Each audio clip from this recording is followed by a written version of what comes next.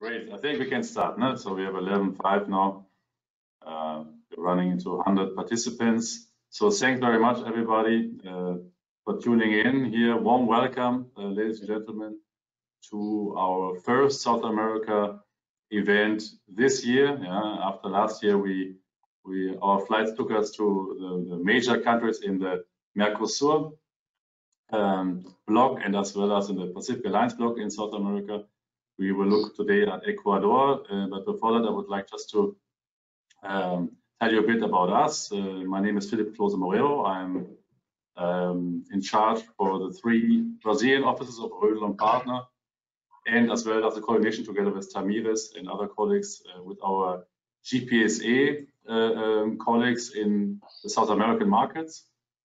Just to explain you who Rödl Partner is. Rödl Partner is the biggest German professional service firm in the world, with today about 110 offices in 50 countries, 5,000 professionals, very dedicated to provide German quality services for mostly our clients based from the German-speaking Europe.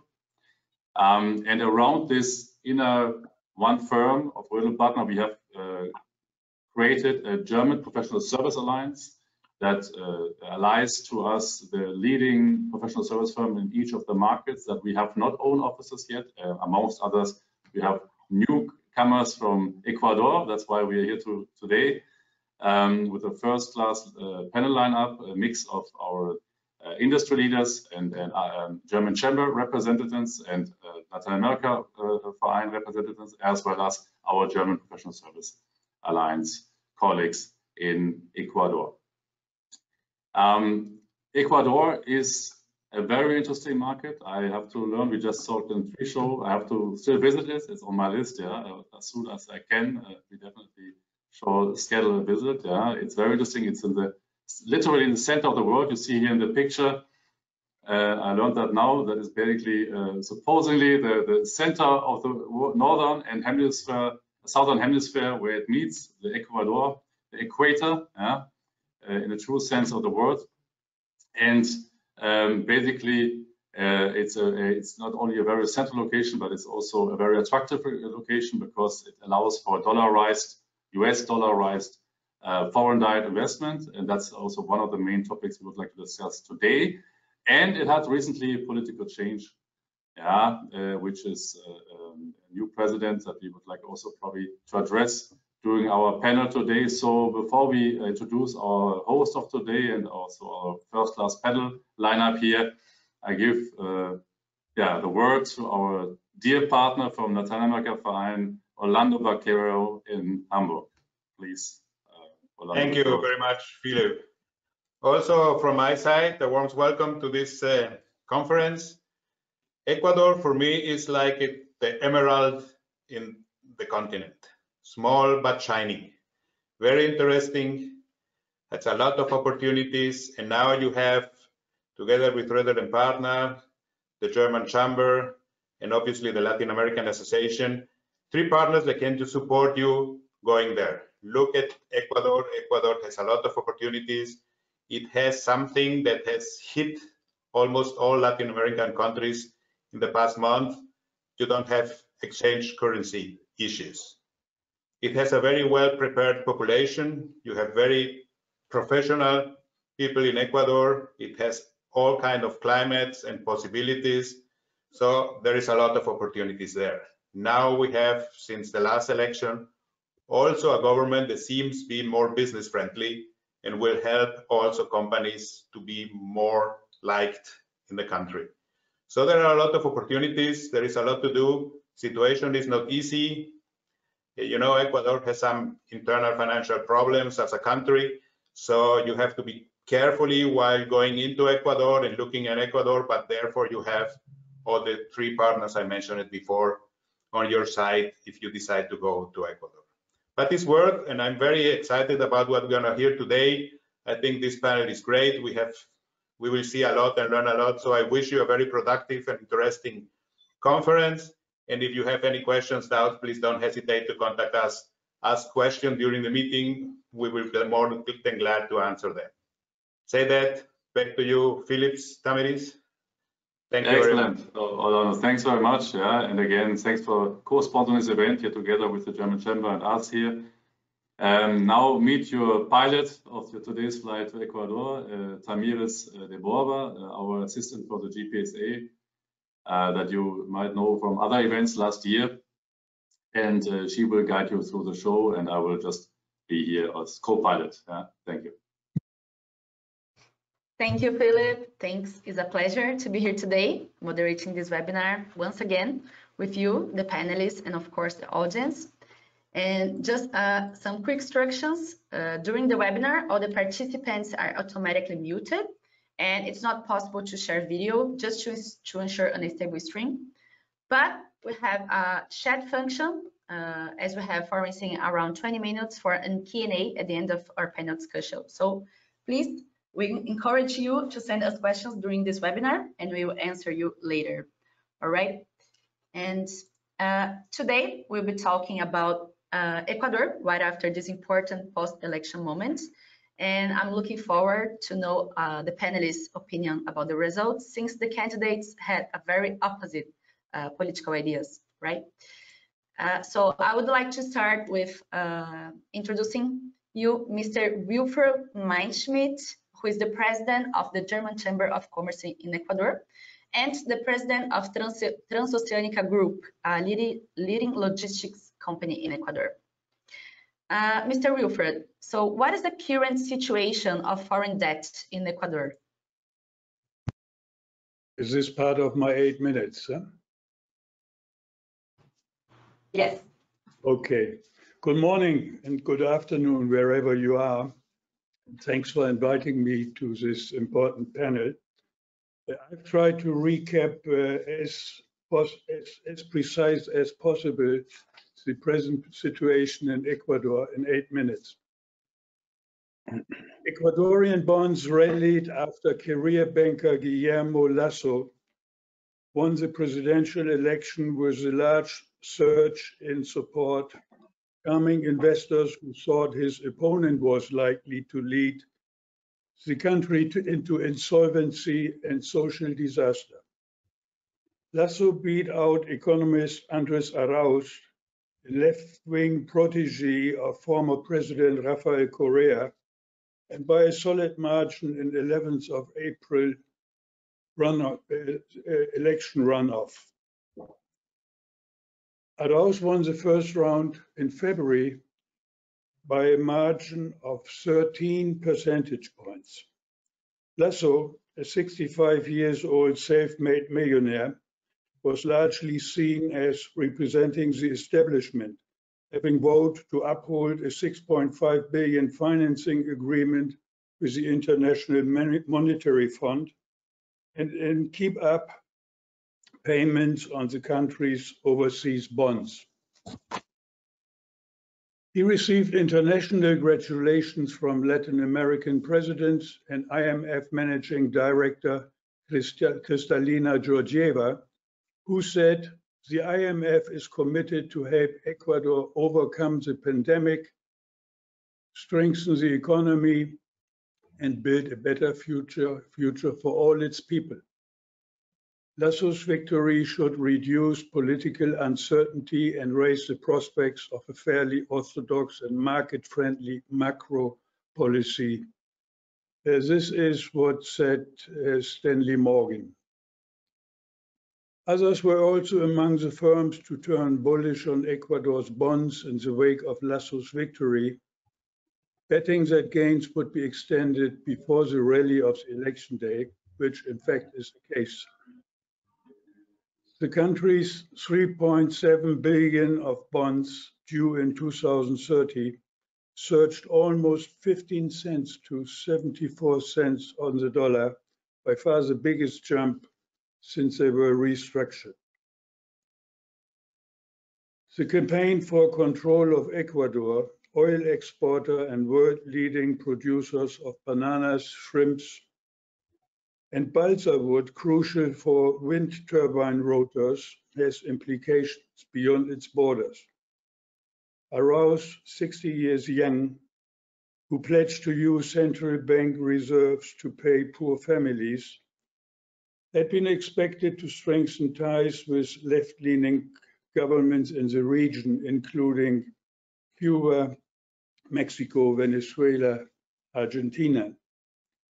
Lasso, who represents more of a focus with Washington and with the US-aligned governments, which are Colombia, Chile, and others. Lasso won't have an easy time running the country of 17 million people amid a sluggish vaccination campaign. Last year, the dollarized economy contracted 7.8% as the pandemic decimated activity, its worst performance since at least the 1970s. To govern successfully, Lasso will have to establish a working relationship with the National Assembly, where his backers hold just 31 of 137 seats.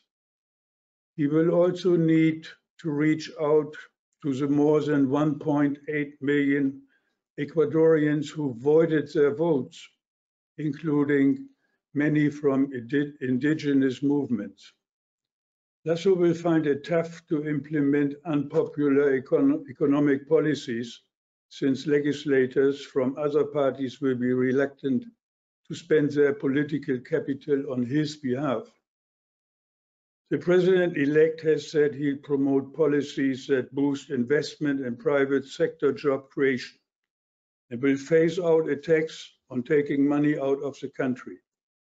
He's also promised to boost the monthly minimum wage to $500 from $400 US, and overcome the vaccination of 9 million people against COVID-19 during his first 100 days in office. Even if Lasso encounters challenges in implementing his political agenda, it will be easier for him and the IMF to find a middle ground as they negotiate timelines for austerity measures. During the campaign, Lasso rejected increasing taxes to meet IMF austerity targets, even though Ecuador has one of the region's lowest value-added taxes at 12%. Recent gains in crude oil, the country's biggest export, as well as the close to $1 billion the country can expect to gain from the IMF planned increase in special drawing rights, will give him previously unexpected fiscal breathing room. This could offer the new government some room to postpone some of the planned measures or design an easier to swallow version of tax reform. Ecuador might even be tempted to return to the financial market sooner than planned under the IMF deal. What is to be done after the 24th of May urgently? 1, fight the pandemic. 2, improve the economy. And 3, fight corruption and trafficking of drugs. I will be pleased to answer any questions on investments and any other questions you might have, especially due to corruption and drug trafficking later on during the panel. Thank you.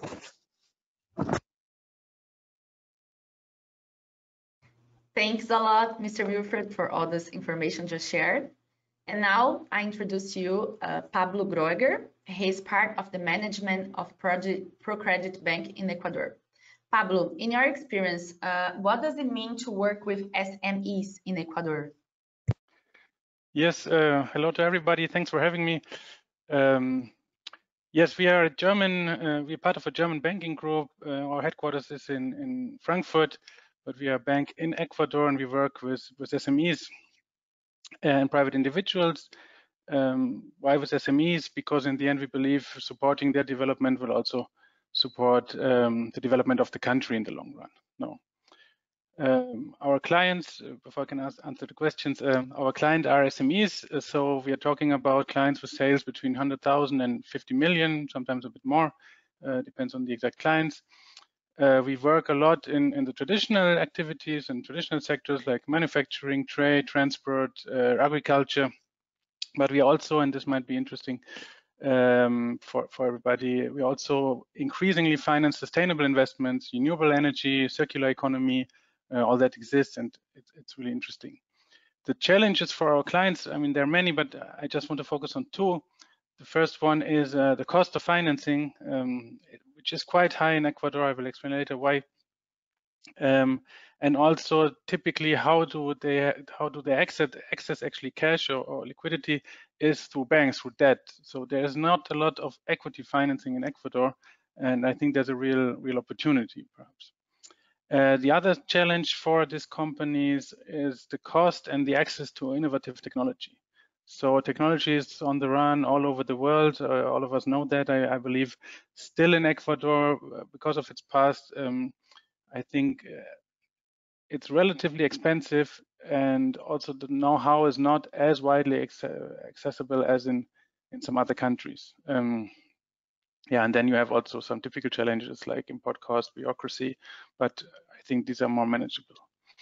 But also SMEs in Ecuador, they have opportunities, and particular one opportunity is quite high margins. Yeah, and these high margins, they result from a relatively still closed economy where you don't have international competition. Of course, you can have international competition on the corporate level, but on the SME level, not so much. And there you won't even face too much national competition. This means higher prices, and this means, of course, higher margins. And I'll just talk a bit about the market because it's difficult to understand the SMEs without understanding the market. So the history of the market, especially in the years 2000 to 2017, 2018, the strategy of Ecuador was to prioritize public investment over the private investment. And they used, of course, the high oil prices at that time had a lot of public investment, but the consequence of this investment was that private investment got crowded out. So right now, the stock of investment, if you see it as a share of the GDP, it's lower than the rest of the region. At the same time, it does not make a lot of sense because in terms of openness, right now, the World Bank indicated that Ecuador is similar open in terms of trade than Peru or other countries around. So I think there's also an opportunity to invest. However, this strategy, maybe under Rafael Correa, I think it's not changing now with the new president, maybe now a bit more, but it already has changed in 2018. There we have already seen tax advantages for investment. We have also seen the opportunity to create companies in a faster way with less bureaucracy. We have also seen the removal of the safeguards, which boost, of course, competition and force also companies to become more efficient. Even in the what I would say is the Achilles heel of Ecuador, the labor cost, even there we see changes. I mean, still Ecuador has the highest dismissal cost of the whole region. But at the same time, under the previous government already, and of course also under the pressure of COVID, we've seen that you can now hire people for short term. We can now hire people for projects. So there is some part of flexibility being introduced, even in that quite controversial and very political topic. So that's regarding the market. So the change has already started. That's what I want to say. Now, regarding the dollar, just one observation, because the dollar we see it as important for the stability of our investment, the stability of the country, and all that is true. But one point I want to stress for the SMEs, what does it mean? Well, it means they have to compete against, for example, exporting businesses from Colombia. And as you know, the Colombian peso has depreciated against the euro and the dollar now for years. So that makes Colombia a bit more attractive sometimes. So how can Ecuadorian companies then compete against this fact? Well, they have to compete with internal efficiency. Yeah, so they are forced actually to become more efficient to catch up against this so-called advantage of a depreciating peso or the currency in other countries. of the neighbor states. So here I think the dollar is a double advantage. One is stability and let's say lower risk, but at the same time also they force the business to become more efficient. And now just to finish, to give you a practical example, I think it's always interesting to have something a bit more clear. How can you imagine actually an attractive client to invest in Ecuador, an SME client? We have one client, I cannot mention the name of course, but it's within the shrimp sector. This client covers the whole production cycle, really from the larvae to the production of the shrimps, to packaging, to the export. It's managed still by the first generation, a nice family business. In 2020, the revenues were around 40 million. This year expected 60 million, so quite some growth. Very solid risk management, reinvesting their profit, and they are 100% formal if formality is an issue. Just a couple of figures for the last 3 years. The assets grew from 8 to 18 million. The profit before tax doubled each year. We're talking about margins above 15%. Also, the equity is doubling each year. And maybe the most important figures for possible investors, ROE is between 15 and 25%, and return on investment between 50 and 75%. And this was a relatively straightforward business model. So we're not talking about tech or venture capital or startup. We're talking about really a low risk business model with very nice results. Of course, not all our clients have these results, but also the clients I'm talking about is not the only one with this result. So I think, yeah, these clients who have trouble finding enough liquidity are perhaps really attractive for some of you. Okay, I think I spoke already too much. I'm sorry. No, excellent overview. I'm happy to answer all questions. Yeah, there's a lot to say about Ecuador. It's really interesting. Sure. No, Pablo, it was really great overview. I learned a lot. Yeah, I thought always that Brazil is already very high in terms of labor cost. Yeah, we have the so-called Custo Brazil, which is basically the tax complexity as well as the labor high cost. Yeah. But I hear now that Ecuador is topping this. Yeah, I'm keen to hear from our professionals later down the road. Here, Michael and Paola, Christian, to comment on this, why that is. Yeah, what is really the driver for the high cost? Because I think that's a main topic for investors also. Yeah. No, very great. Thanks very much. So back to our pilot. Thank you. Thank you, Pablo. Thanks a lot. Now, I welcome you, the Managing Director of HERRENKNECHT Brazil, also responsible for HERRENKNECHT branch in Ecuador, Patrick Heitzman. So, Patrick, considering the challenge for opening and closing a branch in Ecuador, what would you have done differently if you have the chance now? Well, in the next slide, I will also show some difficulties that we had in Ecuador with our project branch, and most difficulties are tax related. And yeah, I would change things like regarding the tax credit, that we had a problem that could have been avoided by better tax planning. So I would definitely avoid issuing invoices before having any costs, received any invoices, because you don't have tax credit to compensate with the VAT to pay on the invoices issued. And how would you access the difficulty of the daily administrative tasks after the branch is opened?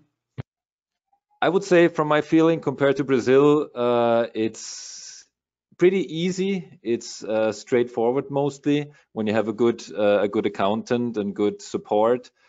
It goes smooth with a lot less surprises than you're used to from Brazil. So in that case, it's better. For South America, surprisingly well. Right. And how would you evaluate the general safety feeling in Ecuador? I would say I never felt unsafe. Our job site, our project was in Quito, so I was only in Quito. We had some cases of my intern got mugged twice Saturday night going out, but this can happen anywhere in the world. So the general safety, I would say, very well. Never felt unsafe compared to other projects that I already participated. I would say it's a very, very safe situation, especially in Quito. All right, thank you, Patrick. Thanks a lot.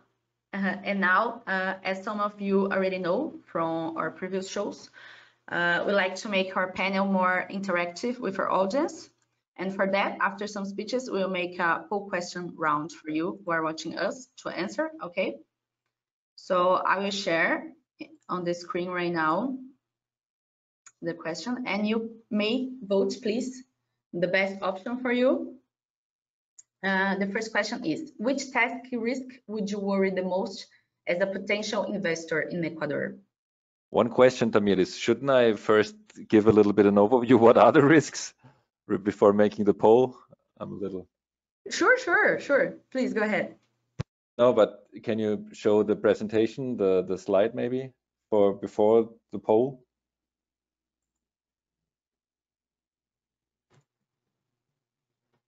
Let's go one step back, right? All right.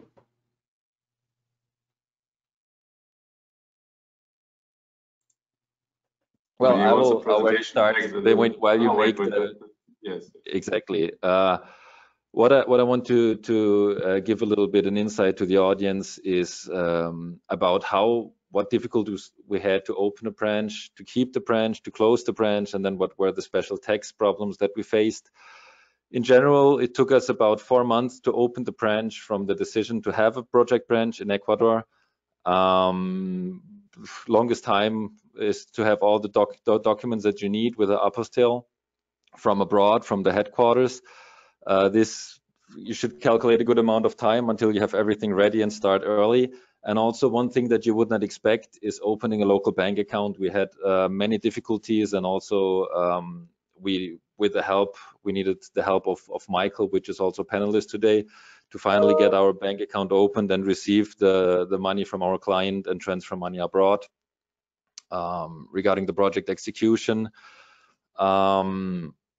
I can only say you need a good accountant if you have one in your company, or if you're a third-party accountant. This is very important to have it straightforward. You need a lot of paper documentation. Everything has to be prepared in accordance also towards your client and whatever you receive from your suppliers. The paper documentation can be very annoying. You have all those invoices that you have to have. If it's in the paper form, it needs to be signed, and one copy for you, one copy for either the client or for the supplier. You have the withholding notes for all the withholding taxes that you have to prepare. And this is bureaucracy that is annoying, but you have to make it in a good way for your accounting, and also to your client, to have everything in order. And also what surprised me was if you have assets of higher than $100,000 as a branch, you have to have an external audit every year. As a branch, as a subsidiary, the limit is a little bit higher, I think $200,000. And yeah, it's also extra work, extra costs, and it's very easy to pass assets for $100,000.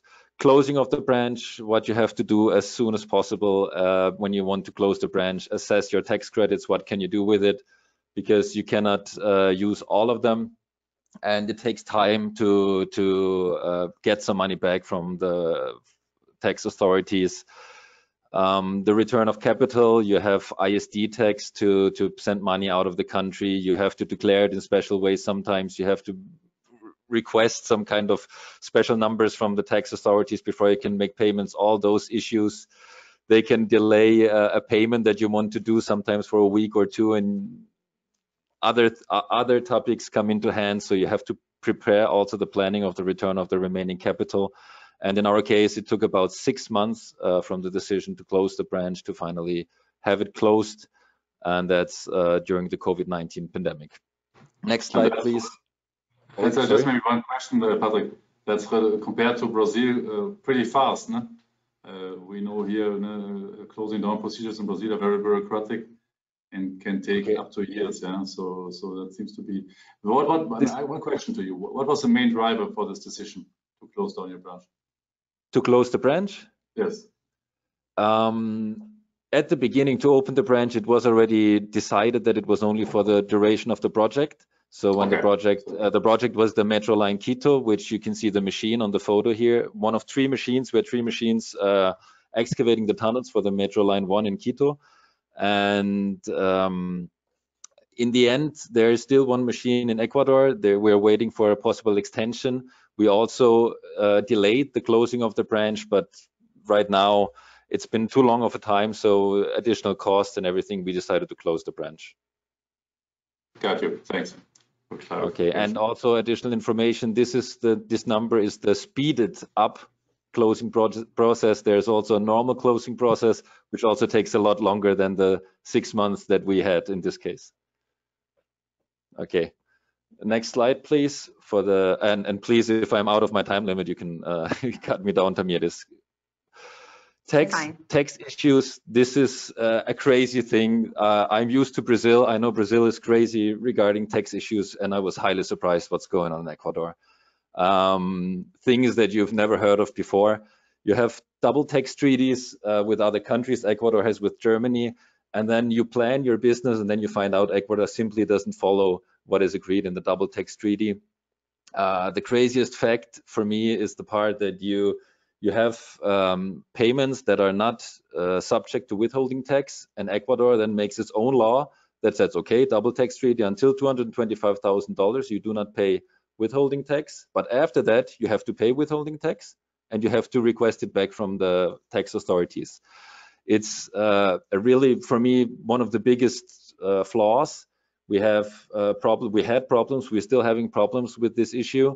It's on an intercompany level, but also towards the client, which, however, with a third-party level, if you have this with the client, it's a little bit easier. But talking about intercompany level, Ecuador also has a very special law or regulation that only allows you to deduct IC service expenses of up to 20% of your taxable income. This is very, very, very uncommon for me, and it was also very problematic, especially if your main provider is inside the same group. So you have to think about how can you do that to not declare an incredible high taxable profit that you then pay taxes. Of the beginning in 2017, it was 22%. 2018, it increased to 25%. So there were for sure also some increases in the taxes and taxation in the past in Ecuador. So this was problematic and still is problematic for us. And also you have different kind of tax credits. You have tax credits on income tax, withheld income tax, that your client, when you invoice him and he pays you, he withholds income tax from you. You get a tax withholding confirmation, and then you might claim it back from the tax authorities, maybe not, because there are some risks if you want to claim it back.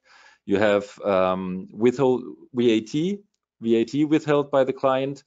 Also, you can refund it back, and it works. I can confirm this works. I got the money back. And you have VAT on purchases, also intercompany purchases or from third-party suppliers, which you cannot get a refund from the tax authorities. So either you use it on sales, or you have to depreciate it as a taxable expense. And you're talking then of a 25% advantage against to 75% loss. So this is not attractive, and this requires good tax planning. And this is also one point that I mentioned that I would do differently. I would definitely try to avoid problems with this VAT credit on purchases.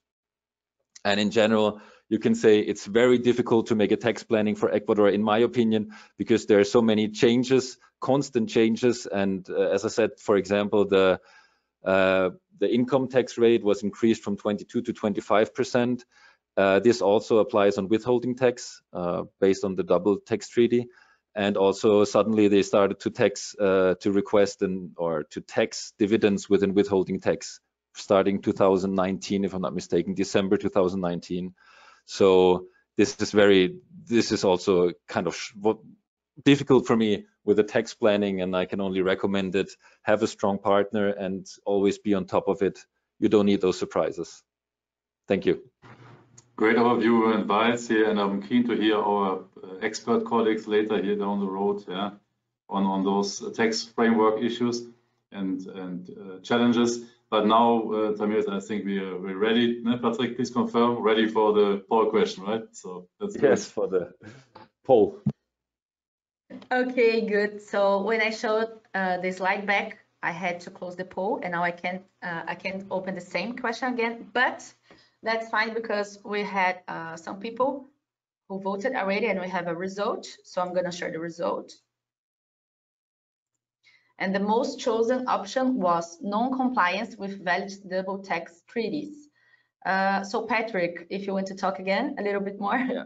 would you like to make I can comments? only agree with this. This is the biggest risk by far. I don't want to say any numbers, but this is financially the biggest risk, and also for timely on a time scale. It's what takes you the longest time. You're talking here about years and years of either dealing with the tax authorities or in court on a judicial judicial way. So this, yes, is by far the highest risk. Everything else it's more manageable, the other problems, but this, that they do not follow the double tax treaty, it's a risk. It's very difficult to even quantify it before you make the investment. So yeah, I can only agree. Interesting. Thanks a lot. And now I would like to introduce Dominic Ziegler. Oops, one more, wait. Okay. Dominic Ziegler, he is the founder and CEO of the Swiss Ecuadorian family business Arbofino AG, which offers an impact investment in teak trees combined with natural reforestation, pure natural reforestation, and forest conservation projects for carbon offsetting, combined with biodiversity, fostering as well as organic cacao. So Dominic, welcome. And what were the most important factors in the decision to start your business in Ecuador? And what were the major challenges, maybe as a small company in particular?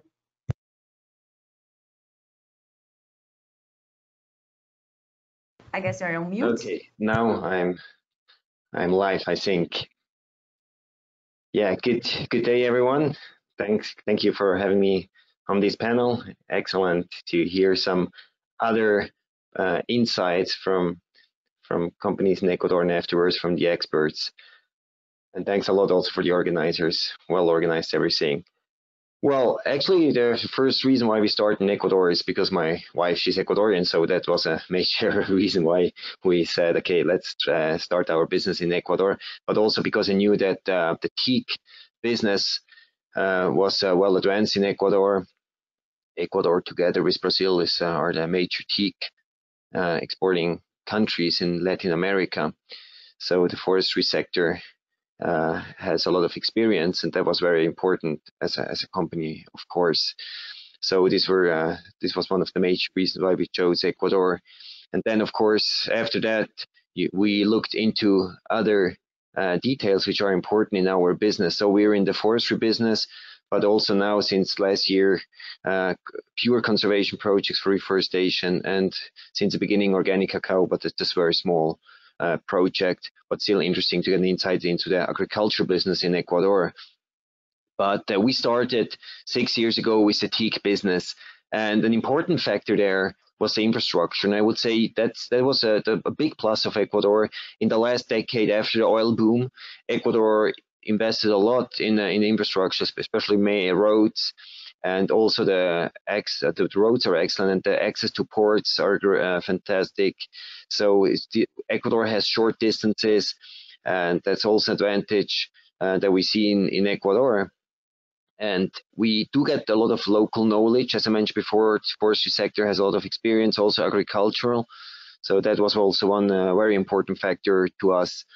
And I think also the importance of agricultural and forestry to the national economy, that helps because you get government support and expertise in different areas because the sector is so important.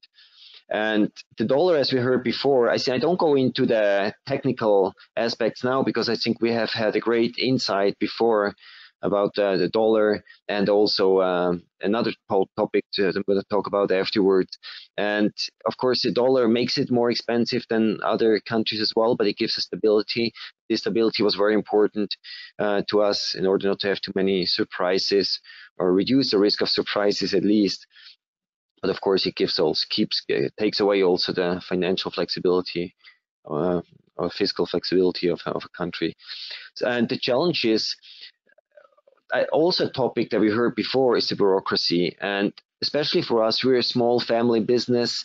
We have been growing. We have invested close to 2 million so far in Ecuador.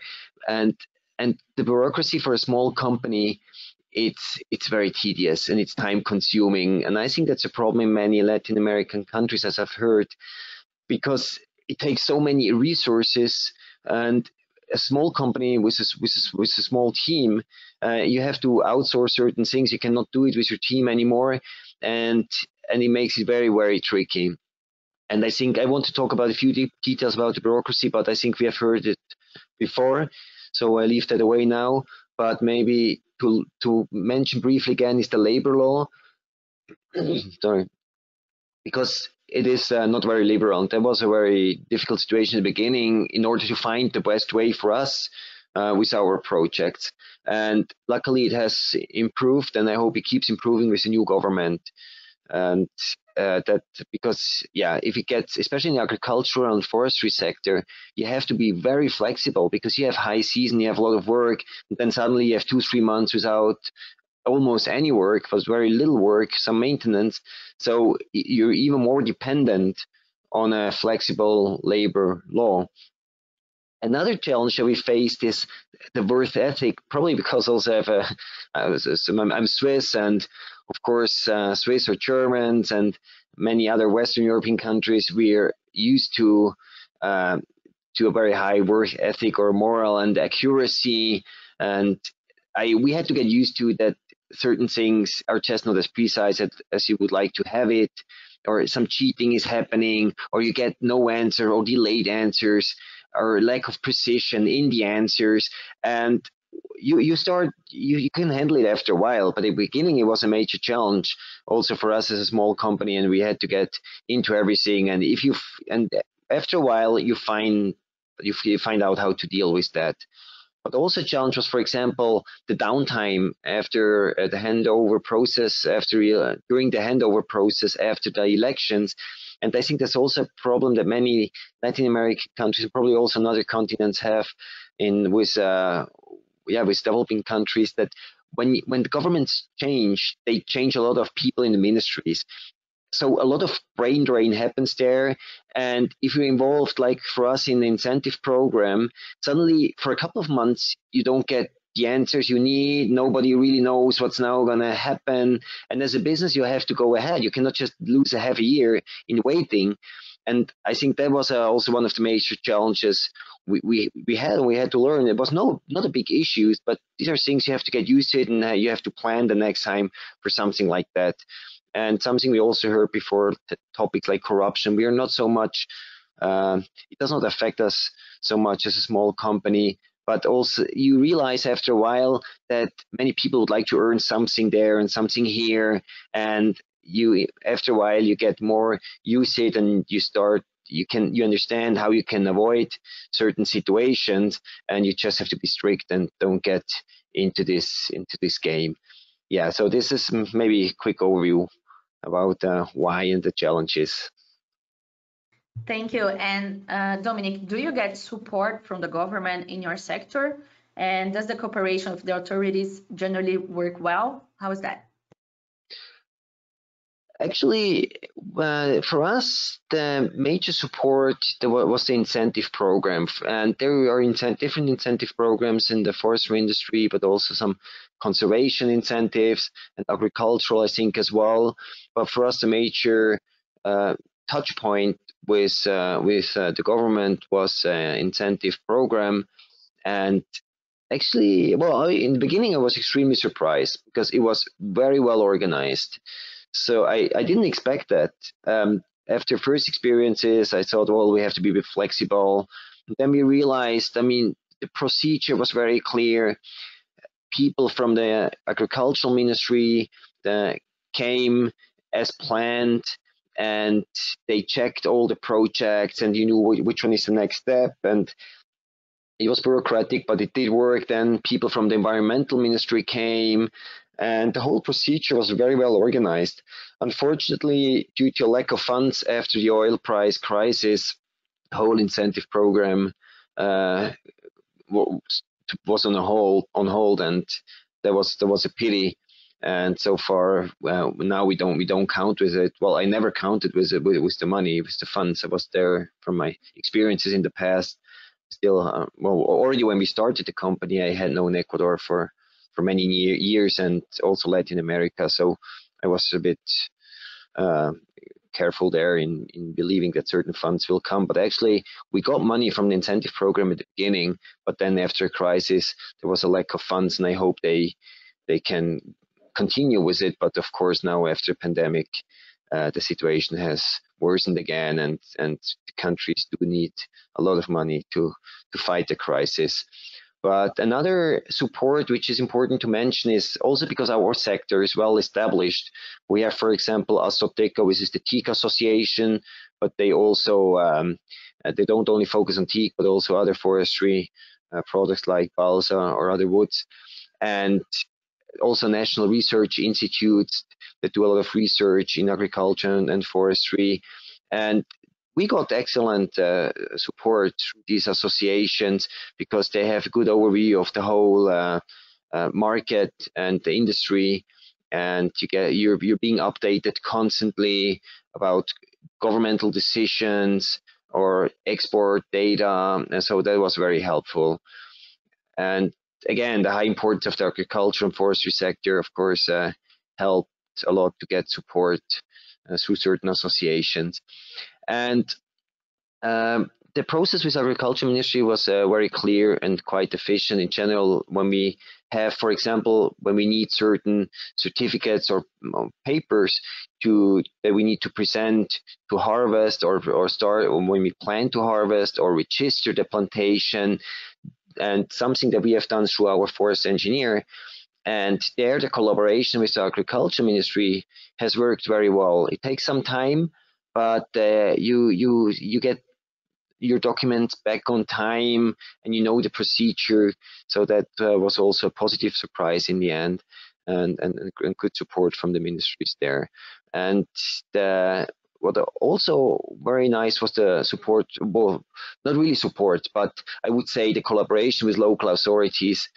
I was surprised also when you buy land when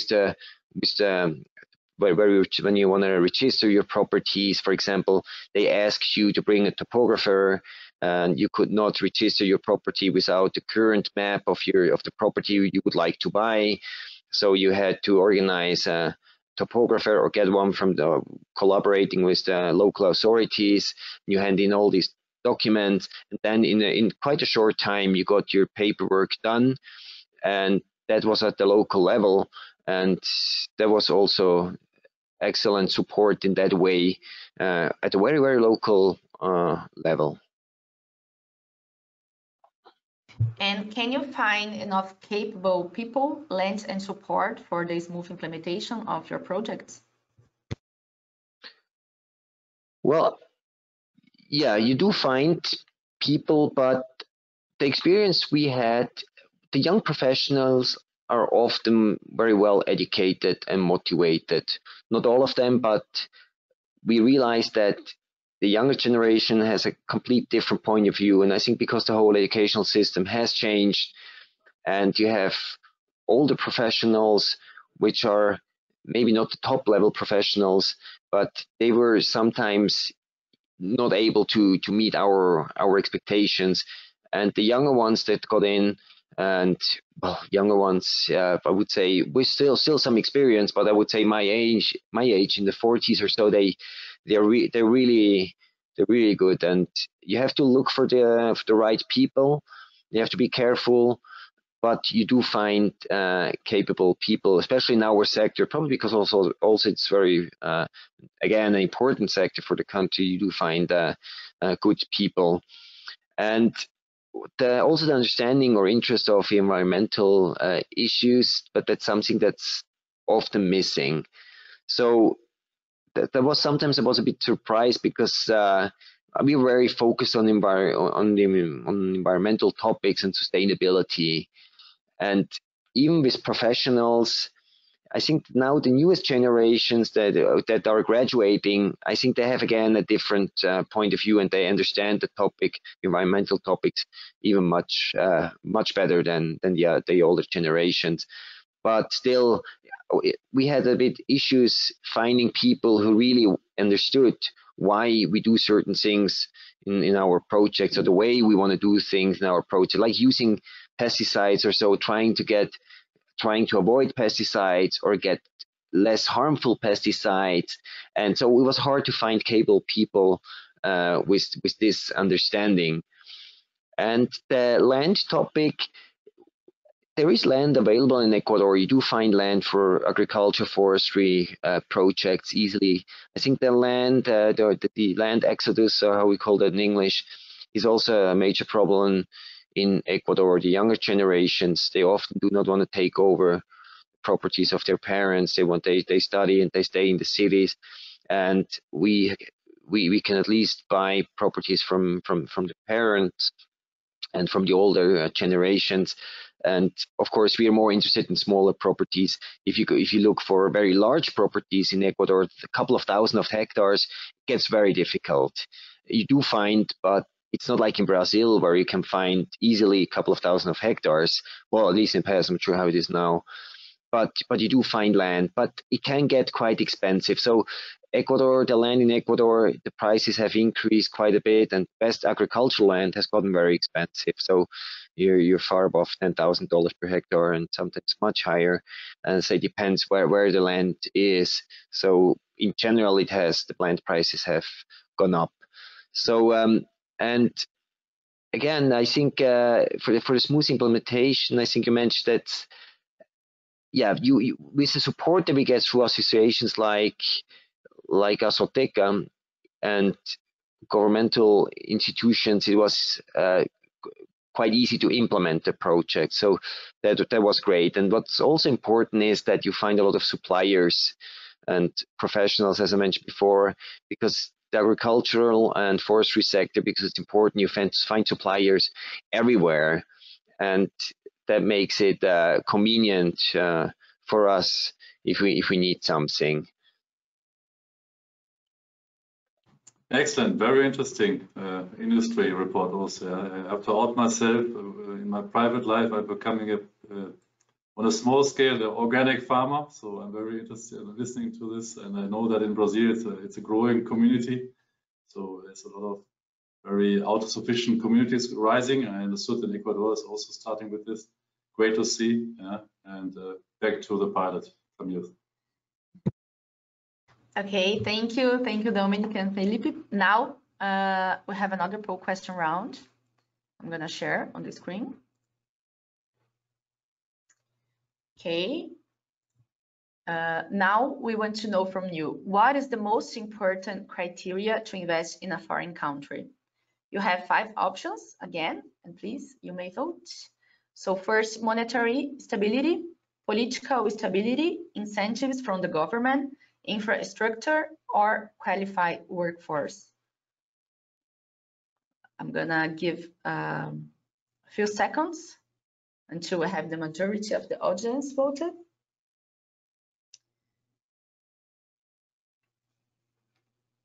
Okay, we're almost there. Yeah, a lot of people is voting for one, so I'm gonna close it because I think we have the winner already. Okay, I'm gonna share the results. And the most chosen was political stability. What do you think of that, Dominique? Good choice from the audience?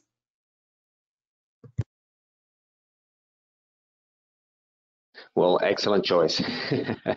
No, I think first of all, I completely agree.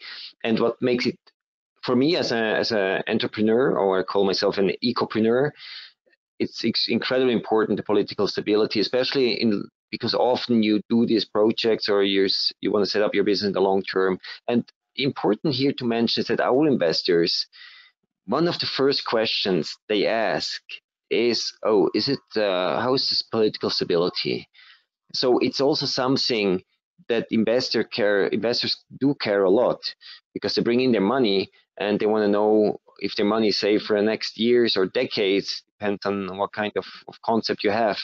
But so it's a very important topic, and I think that makes it even more important that even the governments realize that they need to find, they should not, even if one government wins the elections over the other, I think, and unless you see really bad fraud that has happened, then you have to react. But often they start fighting without good reasons, and they do so much harm to their own country. So it's so important to show to the other countries, to potential investors, that processes are smooth and working well, and the democracy is being respected. For example, the issue they had in Ecuador in October 2019, that was in the media, and that's the worst that can happen. So governments have to be aware that they should try to avoid these situations, being sensitive to social topics and many others as well. Great, thank you, Dominic. Thank you for all your insights. And now I welcome Christian Rosero. He's a business management administrator with more than 20 years of experience in finance administration process, as well as accounting and tax process in Ecuador. For the last 8 years, he has provided finance and controllership services to multinational corporations from Europe, North America, and Latin America, associated to different industries, such as engineering, oil and construction services, commerce, and minings. He also served as a representative for businesses involved in the agrochemical industry, and has served as controller manager for a US-based pharma industry company. Christian, how has the strong dollar affected investments in Ecuador, please? Your microphone is on mute.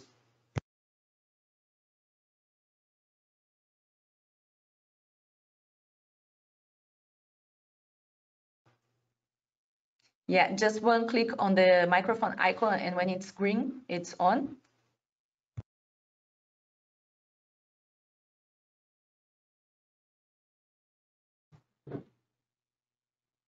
Maybe we can anticipate Michael or Paula to control you. Yeah. There you go. There you go. There you go. You hear me? Yes. Yeah, I was muted by the organizer. Sorry. Well, good morning to everyone. It's very nice to share this project with all of you. And regarding the question that you asked me, Tamiris, I think that the dollar economy here has had a positive impact in the foreign direct investments. I'm going to talk a little bit more later on. I want to talk more right now regarding some general aspects of Ecuador. Later, I'm going to talk a little more about the dollar in Ecuador. Let's start with knowing where the location of Ecuador. Some people already know, maybe some maybe don't know, but Ecuador is a country located in the western of South America, bordering the Pacific Ocean, at the equator, for which the country is named. Ecuador has a wide range of natural formation and climate. Ecuador is divided in 3 regions. It has the coast, the mountains, and the Amazon at the east of the country. We have one insular region you may know as the Galapagos Island. Ecuador is one of the smallest countries in South America. It ranks 9th in geographical extension in the subcontinent, with 285,000 square meters. It's a bit larger than the United Kingdom and is smaller than Germany. Regarding its population, Ecuador has 17.5 million people.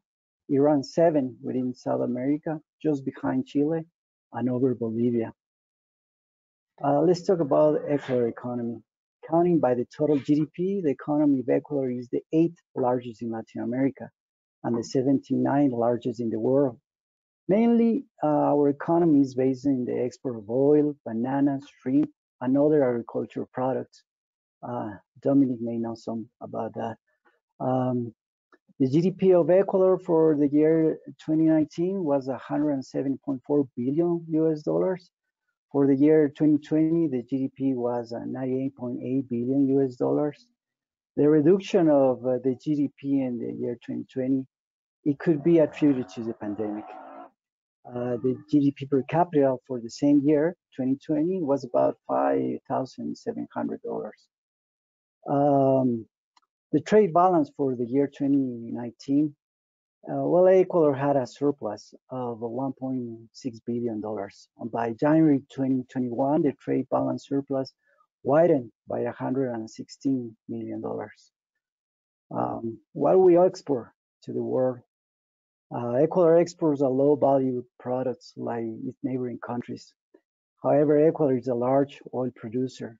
34% of its exports are crude oil, and about 40% of the total exports are related to this industry.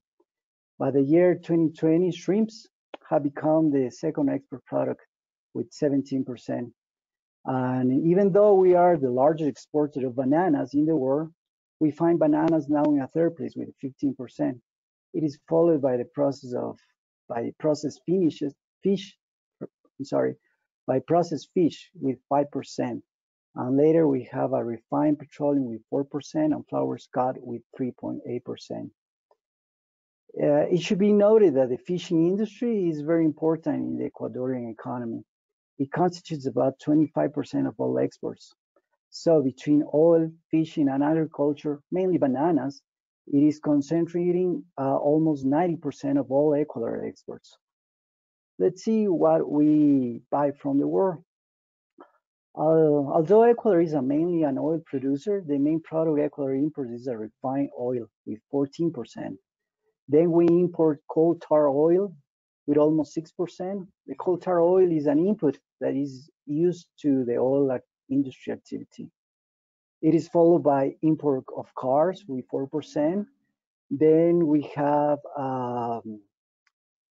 medicine, soybean meal, and gas petroleum with similar percentages, about 2% each, followed by broadcasting equipment such as cell phones and telephone equipment, accounting to 1.49%.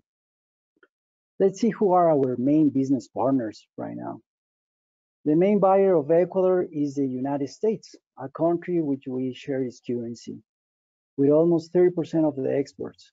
In a second place and far behind, we have China with 12.5%, following by Panama with 8.39%, and in fourth place, we find Chile with a 6%. Regarding imports, it doesn't change much. The main seller of Ecuador is the United States with 22%, but this is not less since Ecuador maintains a positive trade balance with the United States. And that's the key to maintain its dollar as currency. It follows China with almost 18%, Colombia with 9%, Panama and Brazil very even with about 4% each. Well, a remarkable aspect of the economy of Ecuador is its currency. Ecuador official currency of circulation, as you already know, is the United States dollar. A little bit of history of there. I'm going to talk that in the year 1999 and 2000, Ecuador's economy suffered a bank crisis that led to some reforms, including the adoption of the US dollar as legal currency. By the end of 1999, the government of Jamil Mahuad, who was the president of that time, started the adoption of the dollar. And by January 9 of the year 2000, the sucre, that was the name of the official currency, was replaced with the US dollar. And it has served ever since as Ecuadorian official currency, becoming the first country to officially dollarize its economy in the 21st century. And well, by adopting this currency, the inflation and price changes in Ecuador has been closely linked to the United States monetary policy, allowing to have a great price stability over time, bringing positive impact to foreign direct investment, reducing also the risk of exchange rates, And I think to answer the question of Tamiris, this will send up a strong signal to foreign investors saying that the US currency geared to a long-term growth and stability. What is the bad aspect of having the dollar currency? Well, the main disadvantage is the system. This system is that Ecuador cannot issue money. Hence, the government is limited to the monetary policy capacity in time of crisis. Well, however, in time of crisis, some will say that it's better to have a public debt with foreign creditors and have a depreciation and not having the depreciation of its own currency. And well, that's the short version of a long story of the aspect of Ecuador. So if you have any questions, I'll be glad to answer.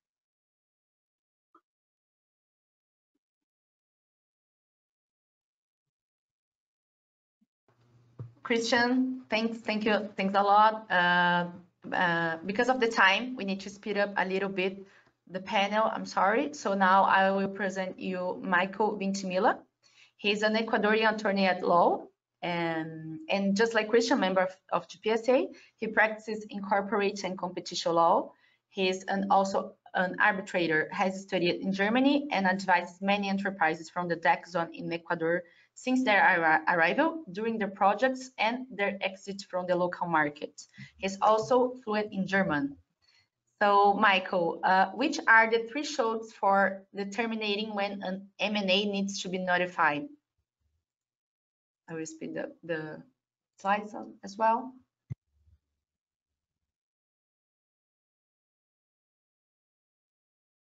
Hello to everyone. It's nice to see you. Yes, I'll address that question during the presentation that I have prepared. So what I have tried to do is to in a few slides to describe changes in favor of investment law in our legislation. And for that, I have picked up a few topics. One is about competition law, and other, you can go to the next slide if you want, Tamiris, is about company law, arbitration law, and foreign investment law. Now, speaking about competition law, it is important for you to know, for the audience to know that Ecuador enacted in 2011 an own competition law following the European model. Competition law wants to prohibit and punishes agreements, cartels between undertakings, and also abuses of dominant position of undertakings. A very important chapter is also the merger control, which means that acquisitions done by companies within the market will need to be notified. This as a tool to avoid a danger to the competition as such. So our law establishes certain thresholds. The one is a market threshold of 30%, and there's also an economic threshold of around $80 million. If these are achieved, then an M&A needs to be notified. Since the enactment of the law in 2011, there was only one simple procedure that could last until 120 days. Now, in the next slide, you will see that there was a significant change in our competition law in secondary legislations in the year 2020 and January 21, in which there was established a fast-track process for certain M&As that do not bring a threat to the competition. In that cases, and if certain conditions are met, that procedure of approval of that M&A can last until 25 days.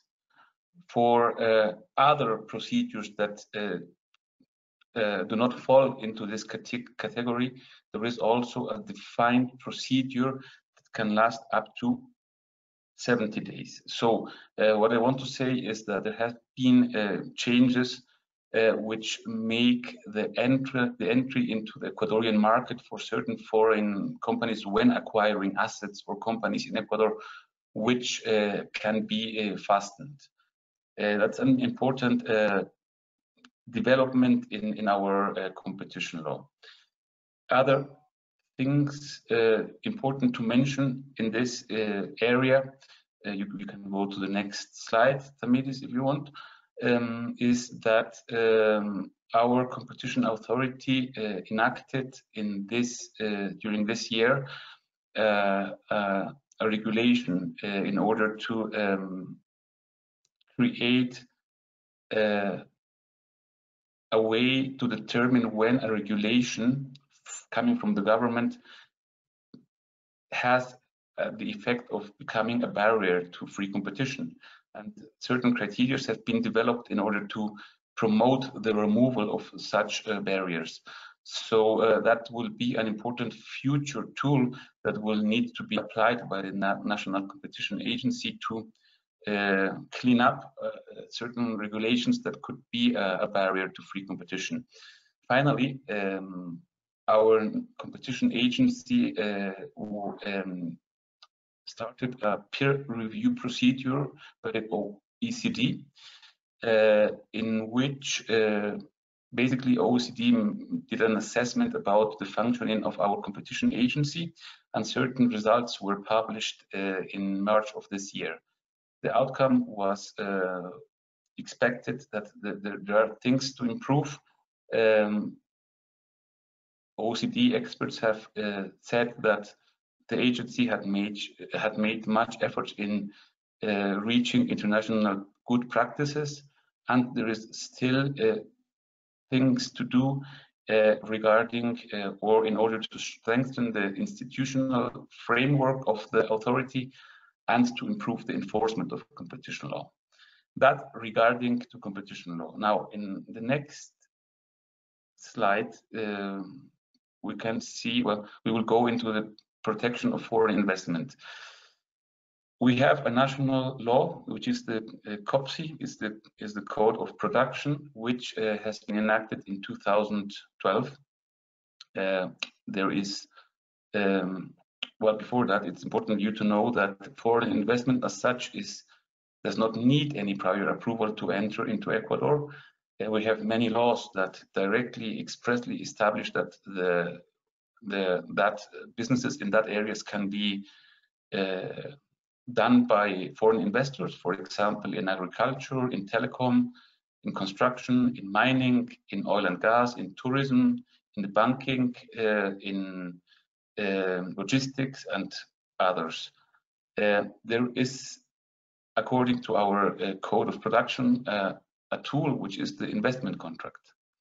And in the investment contract provided, the investment that is going to be done by an investor is a new and productive investment, which reaches at least 1 million, and 25% of that during the first year, that investor can apply for an investment contract, which will bring stability for that investment regarding the tax incentives.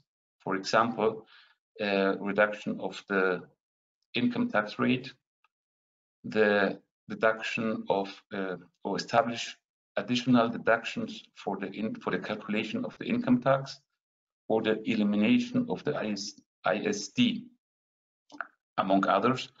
That would be kept. It will be guaranteed stability on those incentives. An important aspect that these contracts have to bear in mind or have to regulate is when there will be litigation with the state. And we can now move to the next slide. Tamiris, please. One of the fundamental parts of these contracts is the arbitration clause. It is important for you to know that from 2011 until 2018, August of 2018, arbitration was an option for the state. It was not compulsory. The law established in that period that in case of litigation, the investor had to exhaust the administrative procedure provided in the law, and then enter into a mandatory mediation process. And then if no solution was found to the controversy, the state could agree on arbitration. So it was a faculty and not an obligation. In the next slide, in 2018, in August 2018, there was an amendment to our law, and it provided that all investment contracts, in all investment contracts, the state has to agree on arbitration, either national or international. For those investment contracts which are in excess of $10 million, the state has to agree national or international arbitration in law. In that arbitration clauses, parties can agree on municipal rules, ICC rules, or other rules which are accepted in these type of arbitration clauses. In the next slide, what I wanted to show you is that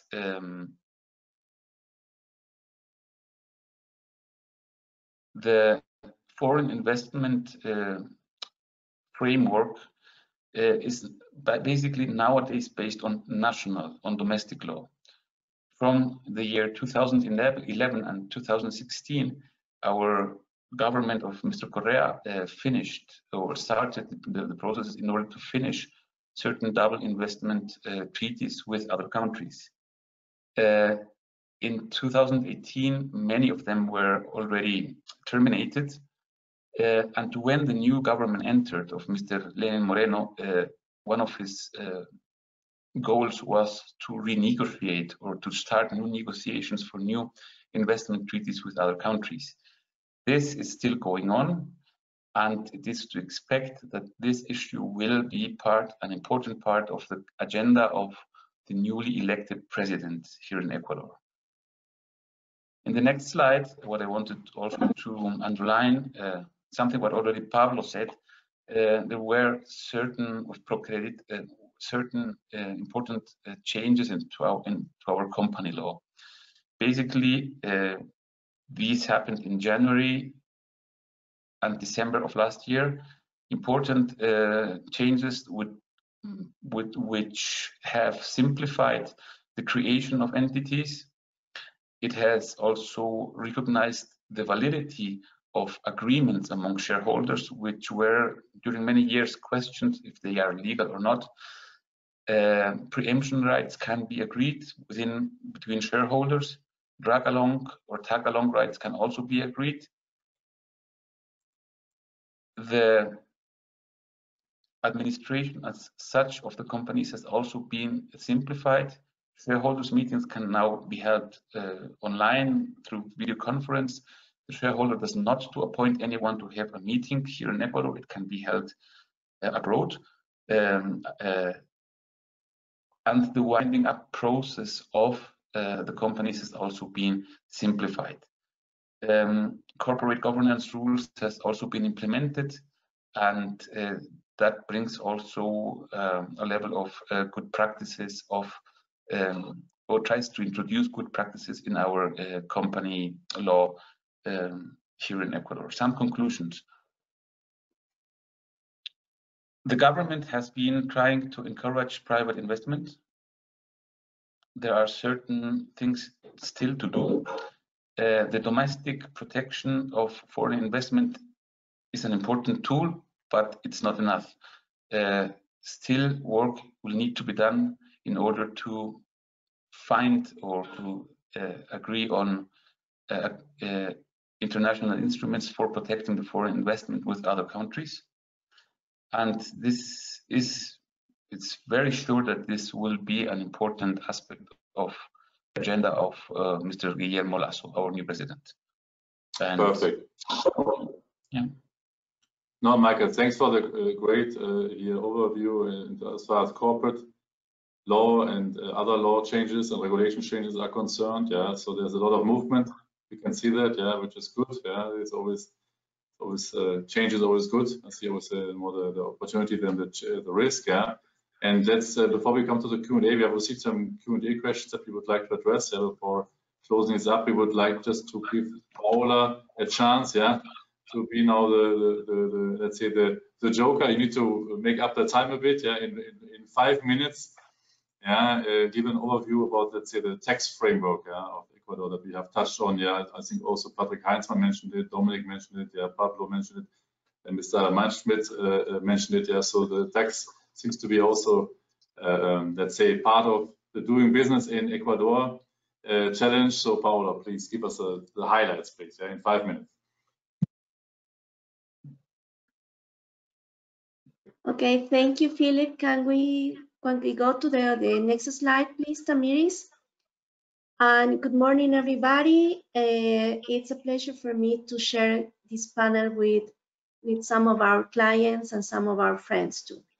Well, regarding taxation, as Philip said, taxation in Ecuador is one of our entertainments, as you said, as some of the panelists here have mentioned this. And also is one of the big issues for investors. So we're going to go briefly to the main taxes. Well, you have to know that taxes on corporate income goes from rates to 22% to 28%. And there is a reason which I'm going to explain a little bit after. But the main focus on this is that since we are dollarized, it is very important for our country to get some US dollars from abroad. So that is why we have exporters in general of services and goods as one of these tax beneficiaries for a tax rate of 22%. So that is the reason why we have this rate, because the general one is 25%. However, we also have this 28% tax rate when we have, for example, when we have shareholders residing in tax haven countries, but also when we do not disclose completely the shareholders structure until the ultimate beneficiary owner to the authorities. This is one of the remaining things that are that corresponds to the kind of governments that we used to have and we still have until next May 24, where we are going to change our president, and we hope that also we're going to change, you know, this economic and governmental model. Next slide, please. But well, before Tamiris go to that, it's also worth mentioning that we have certain sectors which have tax incentives, and we have very good income tax exemptions for 5 to 10 or 12 years. If you are in one of these sectors, you can use these advantages, and some of these sectors are basic industries like steel, refineries, but there are also some forestry, like Dominic said. Forestry is one of the sectors which is covered by this exemption of income tax rates. There are also such as technologies and especially some sectors regarding the renewable energies. So please keep that in mind. That will be very interested if you are involved in this kind of businesses. Well, about corporate income tax, we have another advantage, is that any foreign income coming from abroad is going to be exempted for tax purposes if such income has been already taxed abroad. But on the other hand, if we make payments abroad, we have a 25% withholding on the invoices that we have to pay, which is not that good, but we can deal with this with the tax treaties, even though we have the problems that Patrick mentioned before. Next slide, Tamiris, please. Okay, we have this labor profit sharing or statutory profit sharing. So maybe you can asking yourself why our income tax rate is only 25%, which may be a little bit lower than the remaining countries in the region. Well, the reason is that we have this labor profit sharing, which is 15% on pre-tax earnings. And this has been distributed among employees. So if you add this 15 labor profit sharing to the income tax rate, you will have an effective tax rate of 36.25% on the profits. So that is why our income tax rate may be lower than the other ones which are enforced in the region. Next slide, please, Tamiris. I'm trying to, to get into the time that I was given.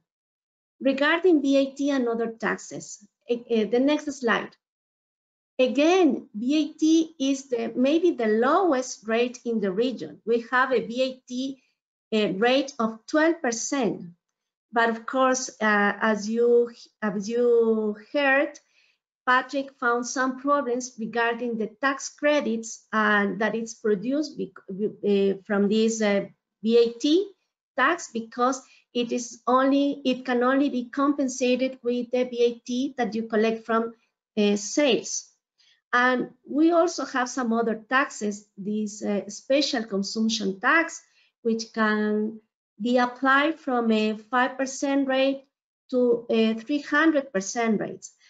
This is going to be applied on certain consumptions, which can be like special consumptions, and also some, for example, on cigarettes, alcoholic beverage, and soft drinks. This has to deal more with issues of public health. But one of the most important taxes, and which is very important for investors, is this ISD, Impuesto a la Salida de Divisas, which is in the rate of 5%, because this is an outflow tax that is levied on any remittance abroad, except dividends and loans.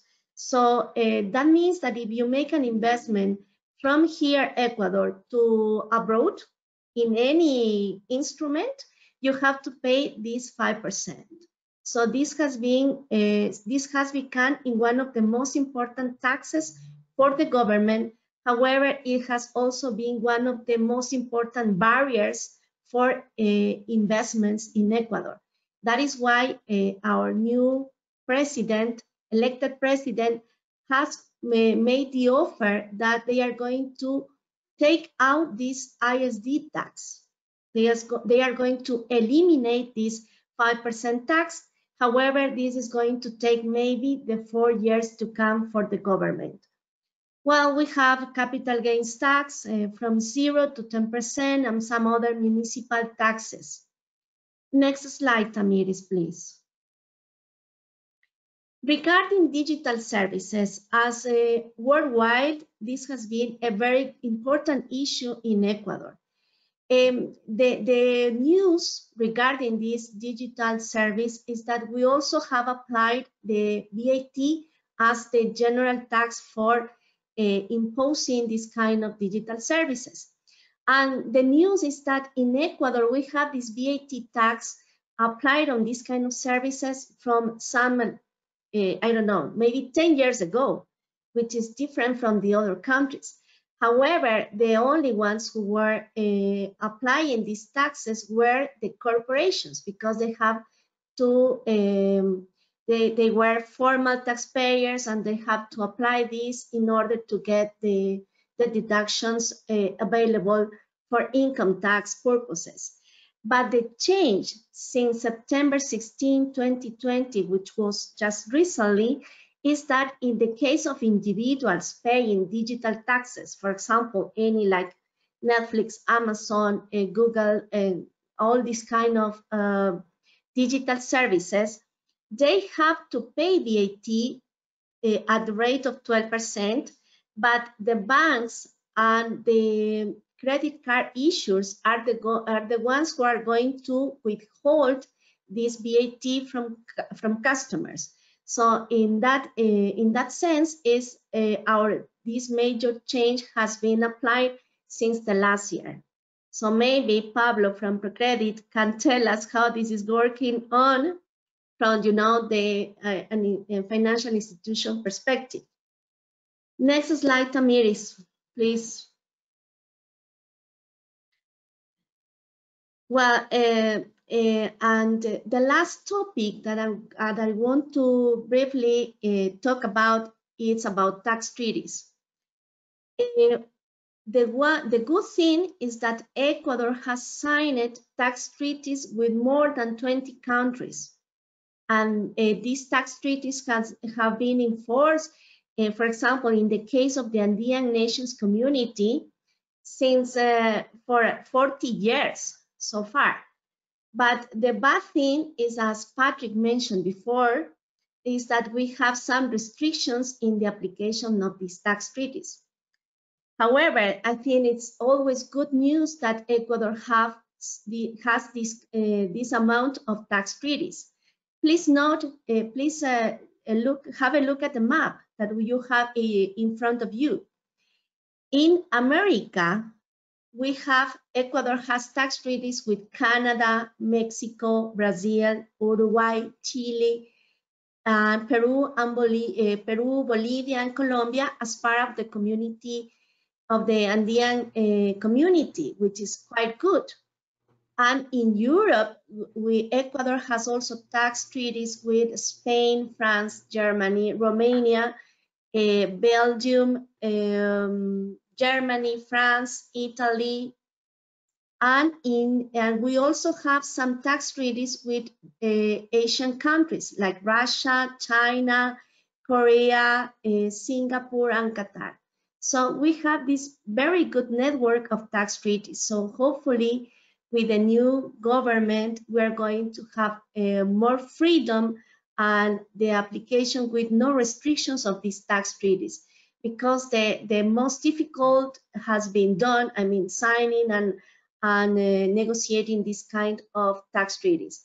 But maybe you can look also one detail that maybe we are lacking, maybe the most important tax treaty, which is with the United States. We don't have a tax treaty with the United States, even though the United States is one of our business partner, the most important business partner for Ecuador.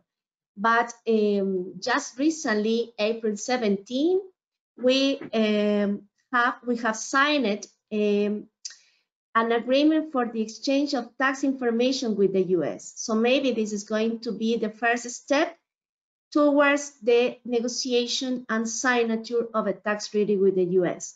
Maybe with the new government, we can have that. And I think that we're going to be also the sign that we're going to apply the tax treaties with no restrictions at all. Hopefully that is going to work that way. So I hope I have used my time properly. Otherwise, I apologize. Thank you. No, that's fine. And great overview, yeah, everybody, Paola and gentlemen.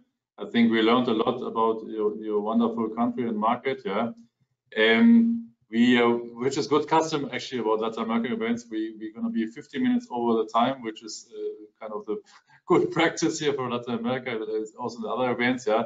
But we have still about 50 guests listening in, so I think it makes sense to take at least some of the questions until, let's say, 7 more minutes, yeah. And then we really cut it short because everybody has back-to-back meetings. So I would like to just wrap it up with some of the Q&A questions. Everything unanswered, of course, we will come back to you, yeah, individually, yeah, after the show. But Tamiris, please take some of the questions now. So we got some questions from the audience. I'm going to read the first one, and it's to Wilfried Meinlschmidt. And we want to know, what's the pandemic situation in Ecuador? Sorry, which situation? The pandemic. What's the pandemic situation in Ecuador at the moment? The pandemic situation is worsening again. We thought we were partly over it, but apparently we are back to the beginnings 1 year ago. Right now, the vaccination program is underway. The outgoing government will vaccinate about 4 million doses. That means 2 million people. And as I said before, the new president will vaccinate 9 million doses. Right now, we are under curfew every day from 20 hours until 5 o'clock in the morning.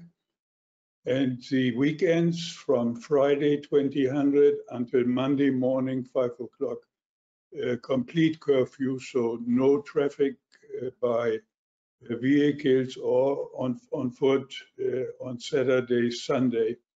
The hospital situation is getting worse. All hospitals are full up, all UCIs are taken, and we just hope, we must hope that the measures of curfews will have an impact and the situation will get better. Thank you, Wilfried. We have another one for Pablo. Pablo, how do business in Ecuador cope with institutional and political instability? Yeah, thanks for the question. First of all, of course, there is instability. It was mentioned October 2019, for example, was a difficult time. Or the elections as such, you know, as was mentioned, a lot of things change during an election. The whole staff in the ministry might change, or in any public company. And as the state is still the biggest employer, this has quite some impact. However, I mean, what do we see when we talk to our clients is it's actually a bit of a selection criteria to work with clients.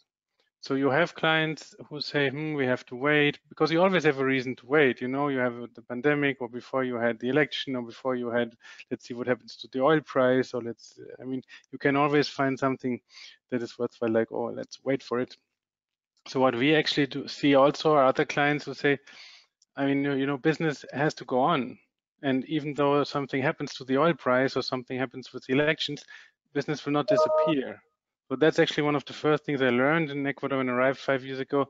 We were working on a strategy to enter the agro sector, and then we had the effect of El Nino, which is really a terrible effect, no? And then we thought about canceling the whole project, and then we discussed and we said, but you know, even though we will have El Nino, agriculture will not disappear. Yeah, we see a lot of people who have a lot of experience with crisis, maybe much more experience than people in other markets have, because other markets are much more stable. So I think it's part of, let's say, the entrepreneurial spirit of good clients. They deal with it. Yeah, they get support. We try to support them to be a partner in difficult times, of course.